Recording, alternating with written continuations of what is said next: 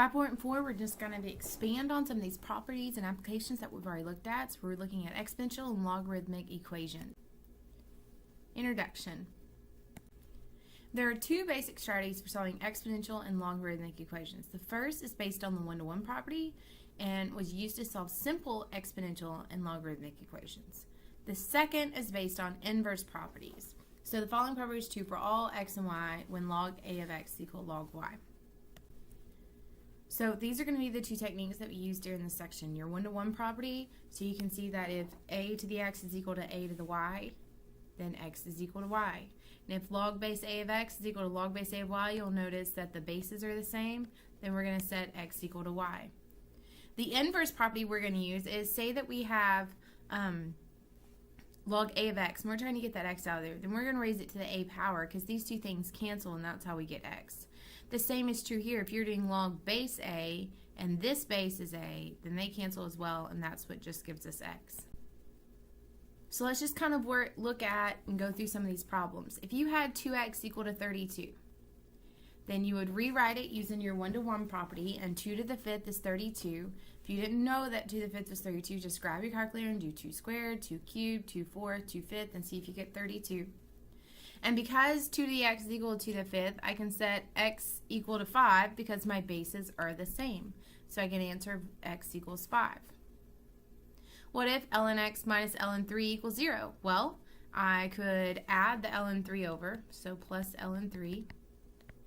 And that gives me ln x equal to 3. And because they're both ln, then I would just say x equals 3. Again, one-to-one property. The next one can be kind of tricky. You have 1/3 to the x power, and you're like, all right, what do I do with that? Well, we saw that in previous sections that instead of 1/3, we could write it as 3 to the negative x. 9, if I try to get that in terms of 3, I'm looking at 3 squared. And remember, everything we're doing in here is exponents. We're not talking about 3 times 3. We want to look at the 3 squared. And so because I'm both base 3, again, I can set negative x equal to 2, and I figured out what x was. So that's some use of your one-to-one property. Now, in the following examples, we're going to kind of use our inverse property. So here's what we start with. We start with e to the x equal to 7. I'm like, man, my x is in the exponent. What am I going to do? Well, you do the inverse of e. The inverse of e is ln, so I ln both sides. And that gives me ln e to the x equal to ln 7. Because it's ln e, it almost looks like line, and I put a line through it, and it just gives me this big X right here. So I figure out x is equal to ln 7. Let's try it again. So I get e. ln x equals negative 3. Oh, what am I going to do? You can't divide by ln, but you could put these both to the power of e. And what happens is it gives you e to the ln x equal to e to the negative 3. E to the ln cancels, leaving you with x to the e. X equals e to the negative 3, which is just a value. Log x of negative 1. So you look at it and you say, what base is this? Well, this is a base 10. So instead of doing a big E, we'll do a big 10. That gives me 10 log x equal to 10 to the negative 1. These cancel, and I get x to be 10 to the negative 1, which is just 1/10. So this inverse property makes it really nice in order to take your variable out of the exponent or out of your log. So you look at the base. Whenever the base is, you can make both sides raised to that power. 3 log 3 cancels, and you're just left with x equal to 3 to the 4th power, which is 81. You're going to see a lot of this application, a lot of these problems in your web assign, very similar. I know for sure that B is in your web assign, so is C, so is A. So these are a lot of example problems from your homework. So the strategies used in example 1 are summarized as follows. First, you're going to rewrite the original equation in a form that allows the use of the one-to-one property. Rewrite an exponential and logarithmic form and apply the inverse. 3, rewrite logarithmic and exponential form and apply the inverse. So let's talk about solving some exponential equations. Solve each equation and approximate the result to 3 decimal places. That's very true. Make sure you're accurate with your rounding, because if you're not good with your rounding, you'll get very frustrated because WebAssign doesn't account for a mistake in rounding, and I will count off for it on the exam.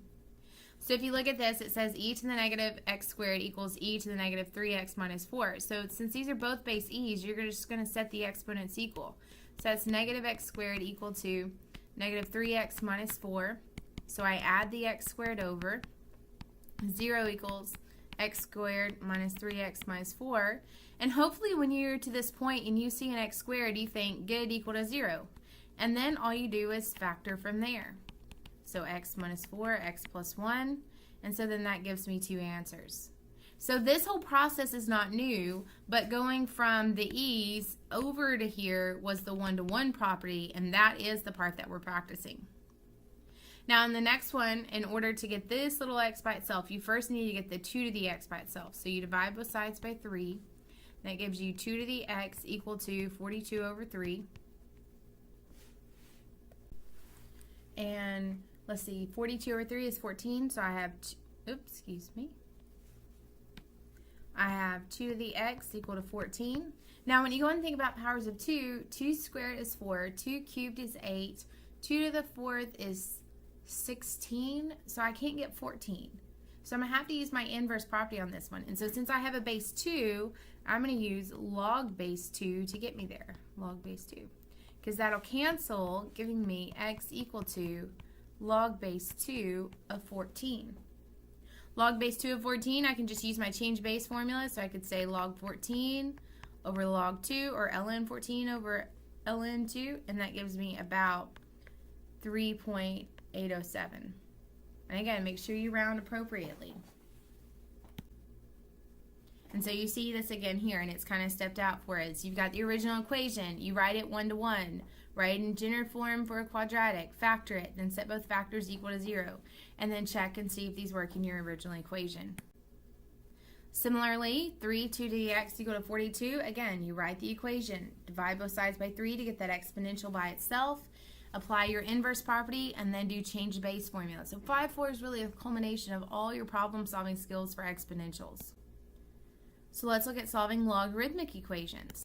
To solve a logarithmic equation, you can write it in exponential form. So you take a logarithmic form, ln x equal to 3, you exponent each side, and then that gives you your exponential form. So x equals e to the 3rd. This is called exponentiating each side of the equation. So again, you can see here that if you have ln x equal to 2, you put a big E under both sides. E to the ln cancels, and it leaves you with x to the equal to e to the 2. Now in the next one, if I have log base 3, I'm going to apply my one-to-one property. Log base 3 and log base 3, then I can just do 5x minus 1 equal to x plus 7 and solve from there, just like you're used to solving from chapter 1. Now in this one, you have log base 6, and so what you want to do is you want to first condense it down by using your quotient property, and then you want to go from there in order to solve out for x. And so first we apply the quotient property, and our quotient property says that if I have minus and the bases are the same, then I can make it into a quotient. Now that I have log base 6 of one side equal to log base 6 of the other side, I can set what I'm logging equal to each other by the one-to-one property. Get rid of division by 5 by multiplying both sides by 5. That just cancels on the left, leaving you with 3x plus 14. And then 5 times 2x is 10x. And then combine like terms as you go, and you get x equal to 2. Some of the applications of this would be you deposited $500 in an account that pays 6.75%. So let's see, that would be your principal, and that would be your rate. Compound it continuously, so that means I'm going to be using PERT. How long would it take for your money to double? This would be a good exam question. So you use the formula for continuous compounding and think about it like this. If you want your money to double, then my amount of money being 500 doubled would be 1,000. And you also fill in your rate. Divide both sides by 500 and you get 2 equal to that e. Now to get that variable out of it, we're going to ln both sides. ln e will cancel, leaving you with 0.0675t equal to ln 2. Then divide it. Now be careful, when you go into your calculator, make sure that you type in ln2, enter. Then divide by 0.0675, enter. And then round to the appropriate decimal places. Use your calculator. You have to have a scientific calculator on this exam. It will hurt you not to bring your calculator. And so you can see here that the balance in the account will double after approximately 10.27 years. So this result is demonstrated graphically. Now again, there's not going to be any graphs on your test, but I just want you to see how we can go from 0 years and $500 to 10 years and $100. And this is use of this continuously compounding formula. So I hope this helps with 5.4. Let me know if you have any questions.